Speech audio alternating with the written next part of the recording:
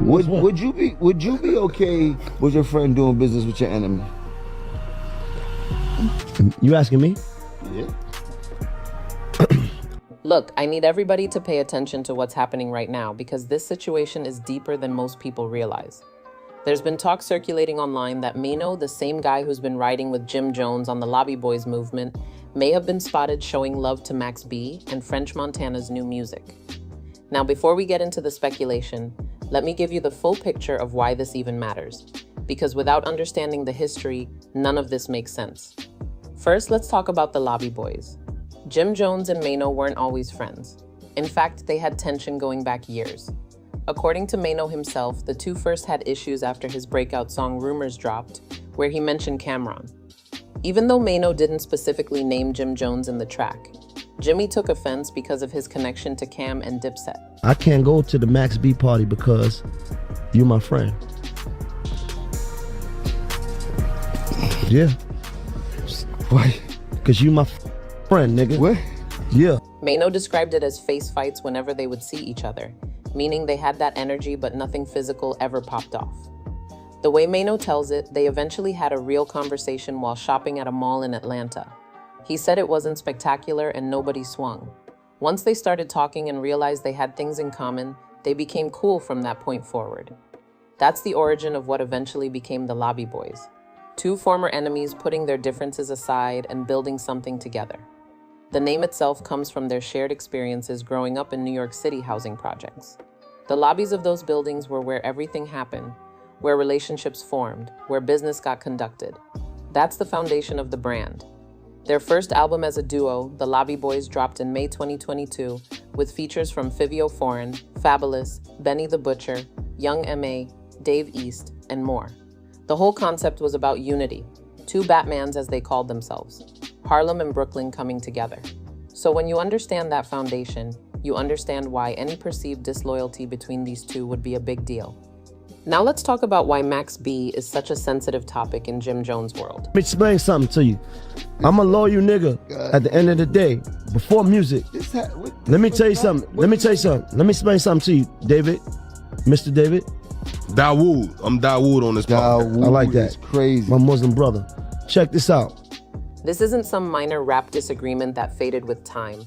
Max B and Jim Jones have history that goes back almost 2 decades, and it's layered with money disputes, diss tracks, public confrontations, and allegations that cut deep into personal territory.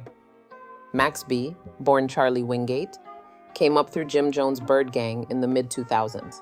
He was instrumental to the formation of that collective and contributed heavily to the music being made at the time. According to Max B, his beef with Jones stems from allegations that he was forced into a contract which offered him inadequate pay and no recognition for his contributions. He claims he was writing hooks, verses, and melodies for Jim Jones during their time together. He also alleges he was paid around $300 for live shows, where Jones was earning in the range of $10,000 to $15,000. Whether those specific claims are accurate is disputed, but what's not disputed is that Max B felt disrespected and underpaid. The situation escalated in 2008 when Max B officially parted ways with ByrdGang. What followed was one of the nastiest beefs in New York hip-hop history. We're talking back and forth diss videos, confrontations documented on street DVDs like Cocaine City and Smack, and tracks that got extremely personal. Max B made allegations about Jim Jones' longtime partner Chrissy Lampkin that became one of the most referenced moments of the entire feud. The line about Chrissy touching it in Miami from his 2009 track We Sip Grand Crew became infamous in Harlem rap circles. At the end of the day, I'm a person that your enemies is my enemies, because that's the love that I got for you. If we like that, then I'm gonna take on whatever it is that you got going on, and it's then I gotta feel the same way. That's the kind of accusation that doesn't get forgotten. French Montana was right there with Max during all of this. Their Coke Wave mixtape dropped in February 2009 and became a street classic. The two had a common enemy in Jim Jones and built their movement together on that foundation. When Max B got sentenced to 75 years in prison later that year for his alleged involvement in a robbery that resulted in a fatality, French Montana kept his name alive. For over a decade, French pushed Max's music, advocated for his release, and never let the Free Max B movement die. Here's where it gets even more interesting. Max B is credited with coining the term wavy as slang in hip-hop culture. He referred to himself as the Silver Surfer and called his movement the Wave. That aesthetic, that melodic style of rapping, influenced a generation of artists including A$AP Rocky, Future, Young Thug, Drake, and even French Montana himself. His impact on hip-hop is undeniable, even though he spent most of the last 16 years behind bars.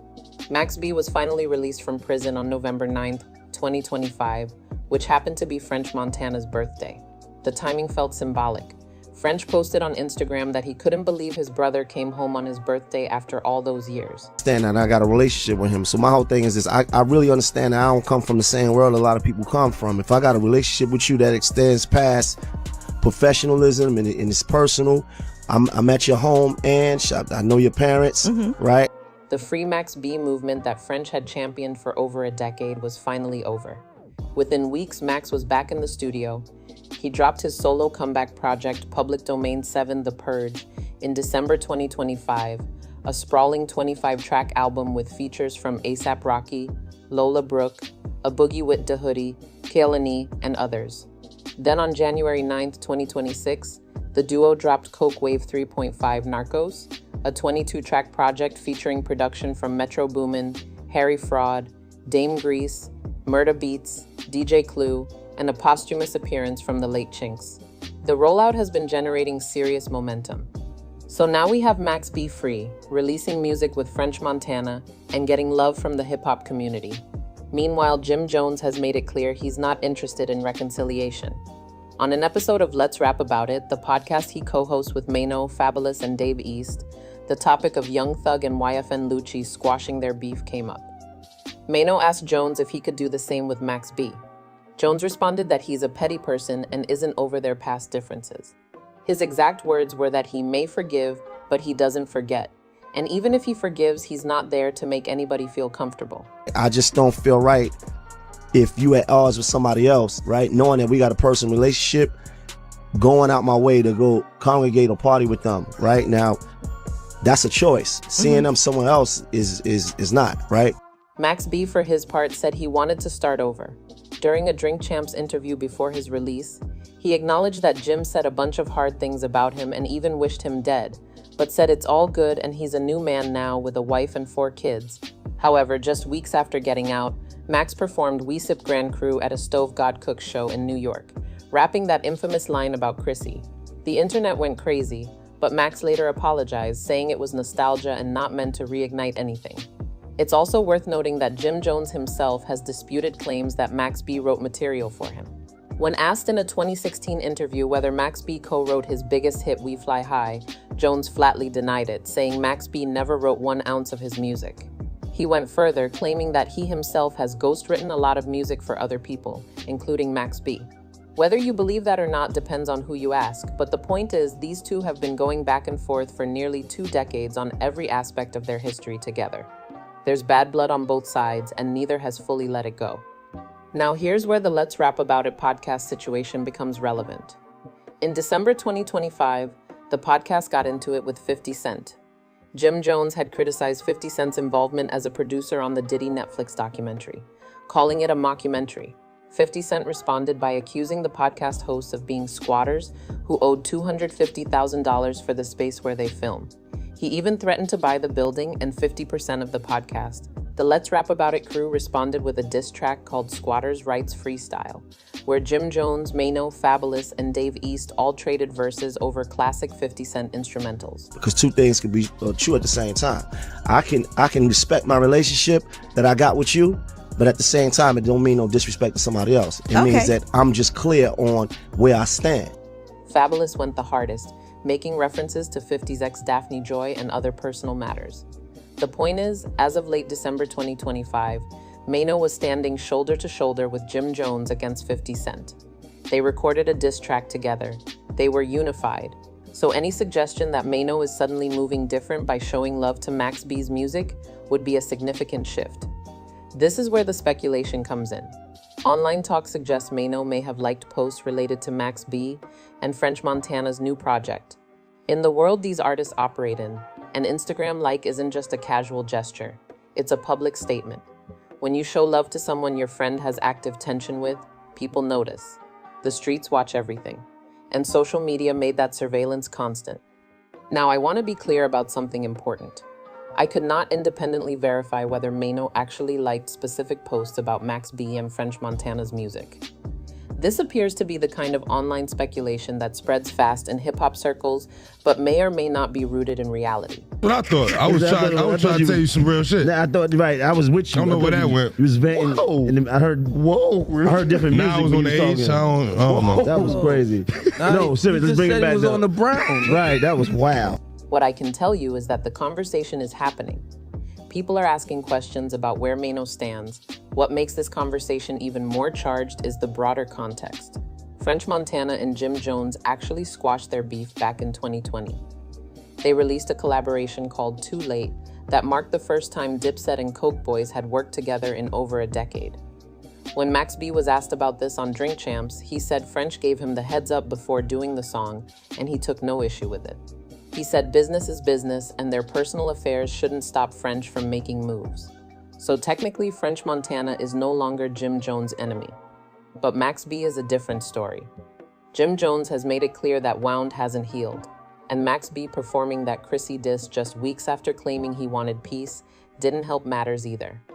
The question people keep asking is whether the Lobby Boyz brand can survive all this external pressure. Between the 50 Cent drama, Max B's return to the spotlight, and the general tension around the Let's Rap About It podcast, things feel shaky. The energy hasn't been right for a while now. And when audiences start sensing tension, every little move gets magnified. A like turns into a statement. Silence turns into an answer. People start picking sides without anyone saying a word. That's how these situations spiral. The optics become louder than the voices. And right now, the narrative is running on its own momentum.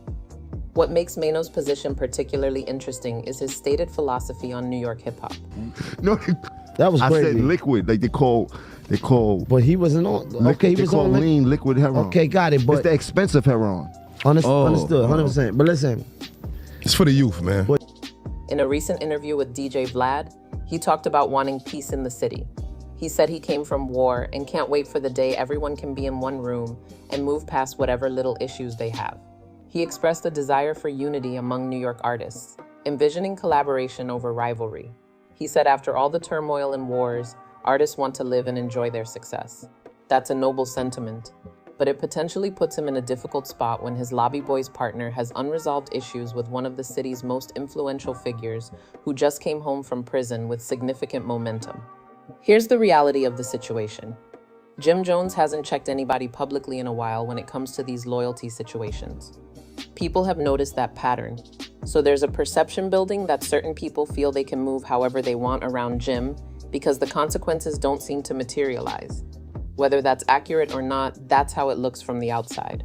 And perception matters in this game almost as much as reality. Max B, despite being away for 16 years, came back with the wave god energy intact. His influence never faded while he was gone. The term wavy that he coined is still embedded in hip-hop culture.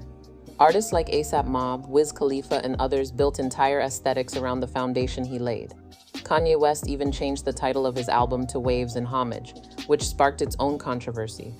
Max B's legacy was solidified before he even walked out of prison.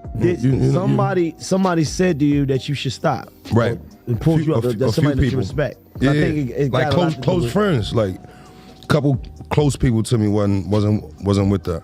Now he's home, he's productive, and he's reunited with French Montana on a project that people are genuinely excited about. Coke Wave 3.5 Narcos isn't just a comeback, it's a cultural moment. When asked about reuniting in the studio, both artists described it like Voltron coming together, like the Power Rangers forming up. They emphasized that they thought this opportunity would never happen again, so they poured everything into it. For the duo who built their movement on fate and fortitude, the coincidence of Max getting released on French's birthday felt ordained to their fans. So what happens next? Does this speculation about Maino die down, or does it grow legs? Does Jim Jones address any of this publicly, or does he let it slide?